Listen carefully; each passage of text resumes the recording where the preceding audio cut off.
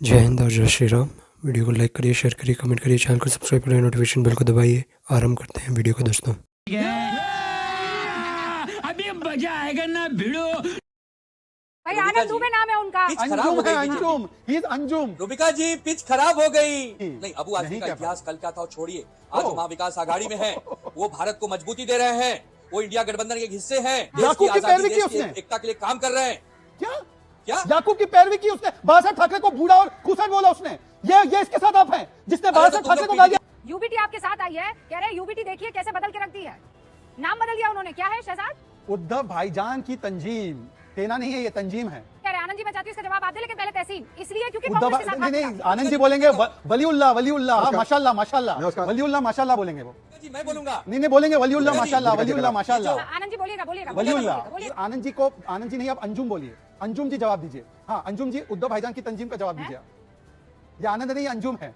रूबिका जी जरा 10 सेकंड दीजिए ना। अंजुम, अंजुम बोलिए, बोलिए अंजुम जी। अरे 10 नहीं रूबिका जी, आनंद दुबे जी। ना अंजुम, अंजुम है ये, अंजुम। 40 सेकंड लीजिए सर, ये बड़ा ये बड़ा गंभीर हो गया। अंजुम है ये बेचैन इसलिए क्योंकि जिन्ना की कब्र पे जाकर नतमस्तक हुए तो बड़ा विरोध हुआ। अंजुम को जवाब देना बने फिर रहे हो ना। मैं अंजुम को जवाब देना चाहता हूं। असली हिंदू जो होता। अंजुम जी आप कहकर क्या बताना चाहते हैं कि मुसलमान जो है वो ठीक नहीं है? एक सेकंड, आपका नाम रूबिका है। आपको किसी ने ये कहा कि आज से नहीं, आपको किसी ने कहा कि आज से आपका नाम शहजाद पूनावाला नहीं शिव कुमार पूनावाला है? मुझे तो गर्व होगा, मुझे तो गर्व होगा। मैं आनंद जी को अंजुम इसलिए बुला रहा हूँ क्योंकि जो हिंदुत्व के शेर दहाड़ते थे, ये सेकुलरिज्म की भीगी बिल्ली बन चुके हैं। इनसे पूछे मंदिर के लिए बाबरी को गिराने का दावा किया था, क्या बाबरी को गिराने के साथ खड़े कि नहीं खड़े? पूछे इनसे। सावरकर को किसने बोला कायर, उनके साथ खड़े कि नहीं खड़े? पूछे इनसे कि 370 के हत्या के साथ खड़े या खिलाफ खड़े? पूछे इनसे। अगर नहीं बोल सकते तो ये आनंद नहीं, अंजुम है। ये अंजुम है, ये अंजुम है। दम तक रहेगा करोड़ों पूरे विश्व के सनातनियों को। ये अंजुम है। बाबर का हिंदुस्तान से कोई सरोकार नहीं। बाबर एक आताताई था, आक्रांता था। हमारे भारत के जो सच्चे राष्ट्रवादी मुसलमान है ना, उनसे राष्ट्रवादी मुसलमान, औरंगजेब के लिए राष्ट्रवादी मुसलमान है क्या?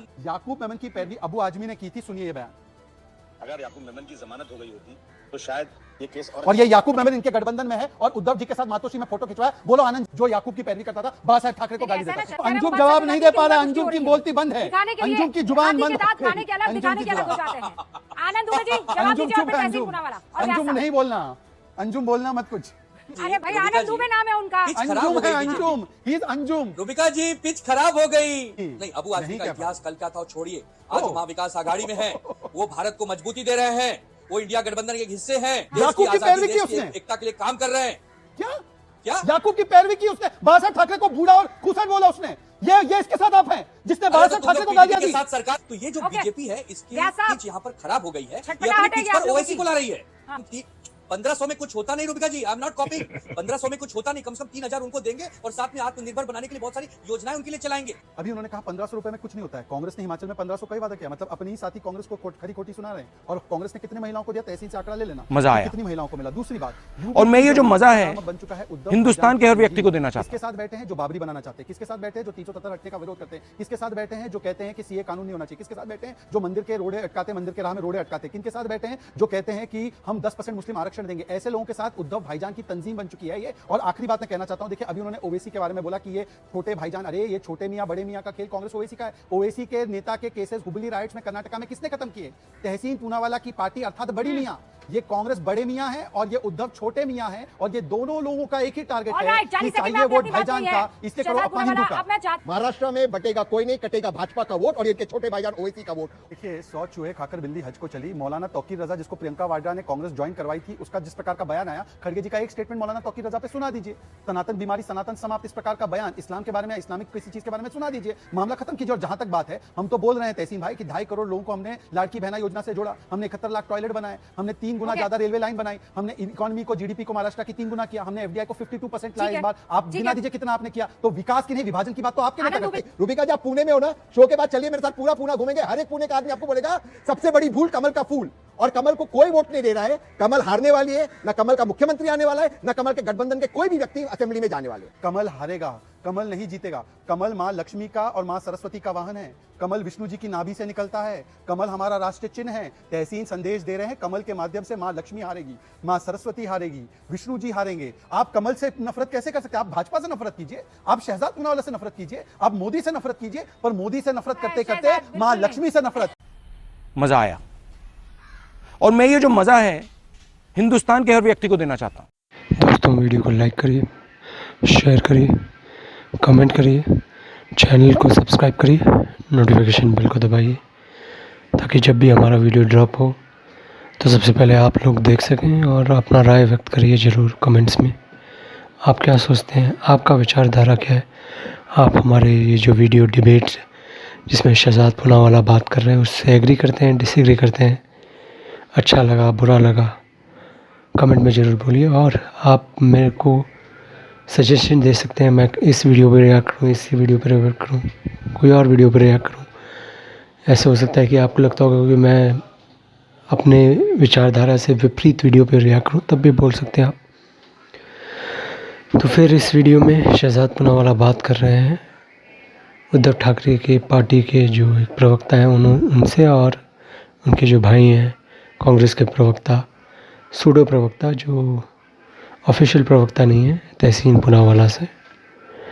और वो बात कर रहे हैं उद्धव ठाकरे के बारे में। उद्धव ठाकरे, आप जो लोगों को जैसे पता होगा, ये एक ऐसे पॉलिटिशियन बन चुके हैं अभी देश में जिनका कोई ज़्यादा महत्व है नहीं, जिनसे ज़्यादा कोई बात कर नहीं रहा है। और उनकी वोट बैंक अभी पूरी तरह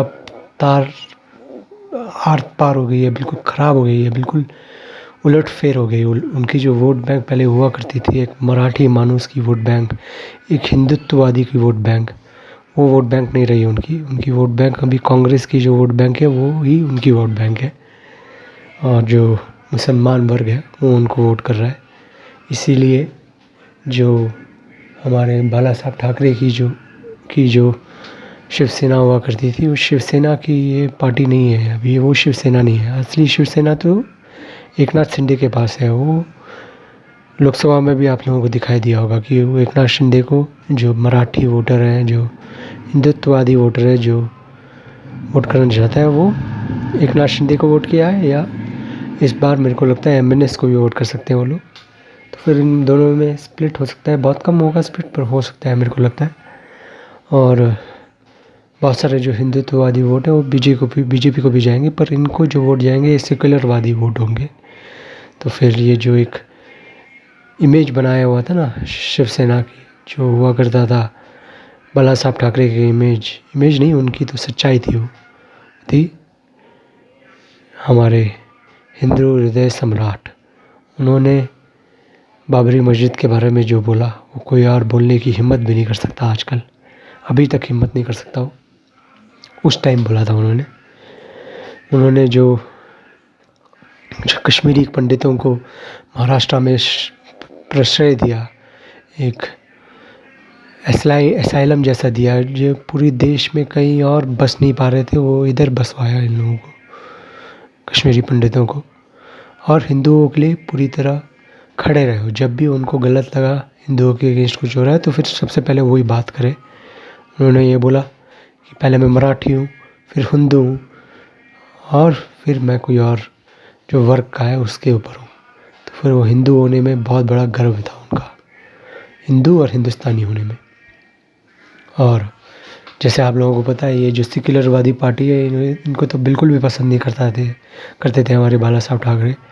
वो कांग्रेस के बारे में क्या क्या बोलते थे और सोनिया गांधी के बारे में क्या क्या बोलते थे। जिस सोनिया गांधी की ये उद्धव ठाकरे जी जो अभी पूरी तरह बात कर रहे हों उद्धव ठाकरे के बारे में, तो फिर उनको पता होना चाहिए कि उद्धव ठाकरे जी कभी भी अपने जो वोट बैंक है, उनकी जो हिंदुत्व वोट बैंक है, वो तो वोट नहीं करेगी। अब पता नहीं इस इलेक्शन में क्या होगा, क्योंकि MVA एक बहुत अजीबोगरीब मोड में खड़ी हुई है। उन्होंने पूरी तरह जो एक मुसलमान वोट बैंक के लिए बहुत सारे जो हिंदुत्ववादी वोट बैंक है उसको एलिनेट कर दिया है। उनको मुसलमान तो वोट करेंगे नहीं, पर उनको एक वर्ग के जो ट्राइबल है महाराष्ट्र में, बहुत सारे जो दलित हैं वो भी वोट करेंगे, और जो नियो बुद्धिस्ट हैं वो भी वोट करेंगे। तो फिर उनकी जो एक वोट बैंक है, एक बहुत बड़ी वोट बैंक है हिंदू वाली, वो हिंदू बन के वोट करने वाली वोट बैंक, जिस वोट बैंक ने 2014 में जो इलेक्शन हुआ था नरेंद्र मोदी की, 2014 नहीं 2024 में जो इलेक्शन हुआ था नरेंद्र मोदी का लोकसभा का, उसके ऊपर उन्होंने ज़्यादा बयान नहीं दिया, ज़्यादा बढ़ चढ़ के वोट करने के लिए नहीं आए, और बहुत सारे हिंदुत्ववादी उन्होंने भी वो घर बैठे रहे या वोट भी किया बीजेपी के अगेंस्ट। तो फिर ये एक सिचुएशन हो गया था उस टाइम। बीजेपी को तो लग रहा था उनको आएगा 30 सीट, कम से कम 31-32 सीट्स आएंगे बीजेपी की जो महायुति हो, पर 18 आ गए और 30 के ऊपर महाविकास अघाड़ी के हो गए। पर अभी ये जो मोमेंटम है वो पकड़ नहीं पाएंगे ये लोग, क्योंकि इन्होंने पूरा जो ये बीजेपी के अगेंस्ट एक हवा चल रही थी, वो हवा अब नहीं है, मेरे को पूरी तरह लगता है वो हवा ख़त्म हो गई है। और ऊपर से अभी जो ये जो मुसलमानों की जो एक ऑर्गेनाइजेशन है, उलमा काउंसिल, और भी बहुत सारे ऑर्गेनाइजेशन है, ये सब जाके अपने जलूसों में बोल रहे हैं बीजेपी के अगेंस्ट वोट करो, बीजेपी के अगेंस्ट वोट करो। तो फिर ये बोलेंगे तो फिर उल्टा पोलराइजेशन भी होगा। हिंदू भी सोचेगा कि अगर तुम लोग ये कर रहे हो तो फिर मैं भी क्यों नहीं करूँ। वो जो घर बैठ के सोच रहा था कि ये इलेक्शन जाने दो, मेरे को वोट नहीं करना है, उनको दिखाई देगा कि उसके बगल में एक मुसलमान है जो उसके पड़ोस में रहता है, वो जाके अपने मौलवी से, उसका मौलवी आके बोल रहा है कि आप इसके अगेंस्ट वोट करो, उसके अगेंस्ट वोट करो। तो फिर वो बंदा जो अभी तक बैठा हुआ था, सोच रहा था कि मैं वोट नहीं करूँगा, वो बाहर जाके वोट करने जाएगा और महाविकास अघाड़ी के लिए वोट करने जाएगा, अगेंस्ट वोट करने जाएगा। और जो घर में बैठा हुआ है उसको बाहर निकालने के लिए बीजेपी इस टाइम पूरी तरह तैयार है। आरएसएस को पूरी तरह नीचे ग्राउंड में रखा है इन लोगों ने इस टाइम, जैसे हरियाणा में किया था। हरियाणा में जैसे शॉकिंग रिजल्ट्स आए थे, वैसे रिजल्ट्स इस महाराष्ट्र के इलेक्शन में भी आ सकते हैं। और आ गए तो फिर लोगों को आश्चर्य नहीं होना चाहिए, क्योंकि ये एक सही दिशा में देश जा रहा है वो लगेगा। क्योंकि ये जो महाविकास अघाड़ी और कांग्रेस की सेक्युलर इंडिया अलायंस की जो पॉलिटिक्स है ना, ये अचानक से 2014 के बाद इन लोगों की पॉलिटिक्स थोड़ी सी हिंदू कॉन्सिलेटरी भी होती थी, हिंदुओं को ज़्यादा ऑफेंड करने की नहीं कोशिश करते थे। पर अभी जब से 24 में इनको 99 सीट आ गए कांग्रेस को, और इनको मिलके 220 सीट आ गए, तब से ये बहुत ज़्यादा ऊपर चढ़ गए हैं। इनको लग रहा है कि ये बहुत हिंदुओं के अगेंस्ट कुछ भी बोल सकते हैं, और भगवा के अगेंस्ट बोलते हैं, साधु संतों के अगेंस्ट बोलते हैं, हिंदुओं को दलित, पिछड़ी और ट्राइबल ऐसे करते हैं ये लोग। तो फिर वीडियो को लाइक करिए, शेयर करिए, कमेंट करिए, चैनल को सब्सक्राइब करिए, नोटिफिकेशन बिल्कुल बताइए। हर हर महादेव, जय श्री राम, जय हिंद।